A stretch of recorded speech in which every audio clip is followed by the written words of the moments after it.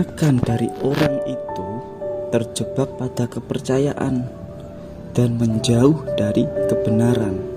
Jadi nanti itu ada dua jalan pengetahuan, yaitu ada jalan kepercayaan dan ada jalan kebenaran. Kalau kita amati itu, banyak orang saat ini yang hanya taklid saja pada pendapat-pendapat yang ada sebelumnya, tidak mau mendayagunakan akalnya, sehingga akhirnya hidup ini jadi tidak produktif, tidak kreatif. Orang hanya manut saja, tapi akalnya tidak jalan. Nah, itulah orang yang hanya taklid saja. Terus, apa sih ciri-cirinya taklid itu? Ciri-cirinya taklid itu adalah mengagung-agungkan para leluhur dan guru secara berlebihan. Loh, menghormati guru iya, itu memang perlu. Menghargai orang-orang terdahulu iya, perlu. Tapi jangan sampai diagung-agungkan atau jangan sampai dilebih-lebihkan. Mereka itu orang baik pasti, para orang alim, para ulama di masa lalu. Cuma mereka itu loh mengatasi zaman mereka dengan gagasan mereka sendiri. Kita yang saat ini tidak begitu. Kita itu hanya berhenti di pikiran dan gagasan mereka. Nah, itu loh namanya taklid. Mendewa-dewakan pemuka-pemuka agama di masa silam. Kita anggap itu sudah final, sudah sempurna. Nah, itu namanya taklid buta. Tapi kalau memang perlu digarisbawahi, kalau memang ada pendapat dari mereka, kata-kata dari mereka yang masuk di akal, dalilnya kuat, dan kita mempunyai pendapat yang sama, ya tidak apa-apa kita mengikuti pendapat dari mereka. Yang tidak boleh itu kita tidak tahu apa-apa. Terus, apakah yang diomongkannya itu benar atau salah? Itu tidak paham. Yang penting karena ustadz itu ulama, kiai itu idolaku, maka semua gagasannya harus dianggap benar. Salah sekalipun harus dibela.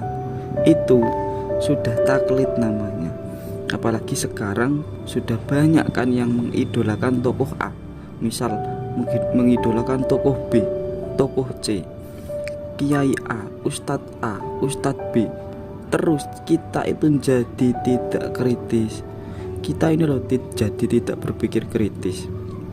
Kita posisikan mereka sebagai bukan lagi manusia.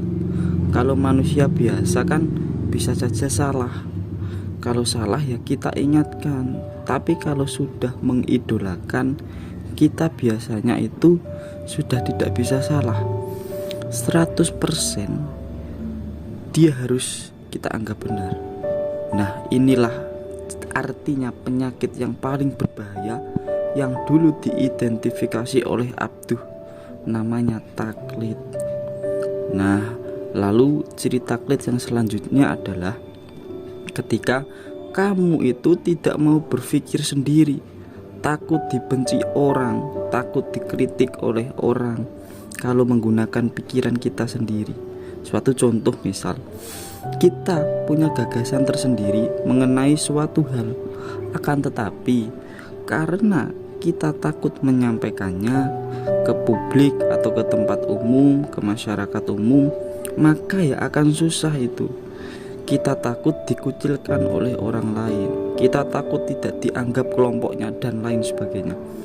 Ya sudah, berarti tandanya itu sudah terkena penyakit taklid. Kita kan sering begitu. Sebenarnya kan kita itu tidak setuju, sebenarnya kita tidak cocok sama pendapatnya, tapi kita nggak berani ngomong. Apalagi kalau hubungannya sama orang tua kita. Wah, kita sudah pasti kehabisan kata-kata dan tidak akan pernah bisa menyampaikan argumen atau pendapat kita. Nah, inilah nasihat yang harus kita pegang. Janganlah takut. Ketakutan itu, kultus itu, mengagung-agungkan itu cirinya taklid. Dan dampaknya apa? Dampaknya itu kita jadi tidak kritis, kita tidak mandiri berpikirnya, hanya ikut-ikutan saja. Bukan berarti tidak boleh menyetujui pendapat ulama, boleh menyetujui asal pendapatnya ulama itu cocok dengan gagasan yang bisa diterima dengan akal. Itu tidak masalah. Misal ada sebuah pendapat yang mana pendapat itu sesuai dengan Al-Quran atau sesuai dengan sunnah, ya tidak apa-apa kita menyetujui pendapat itu. Wong itu hasil dari pikiran para tokoh-tokoh dahulu, para ulama-ulama dahulu. Yang tidak boleh itu meyakini kebenarannya itu mutlak, mendewa-dewakan, dan kita itu tidak berani berbeda. Kita tidak berani berpikir sendiri. Ya janganlah begitu. Ubahlah pola pikir kita sekarang. Bahkan Nabi pun itu dulu pernah salah gini ketika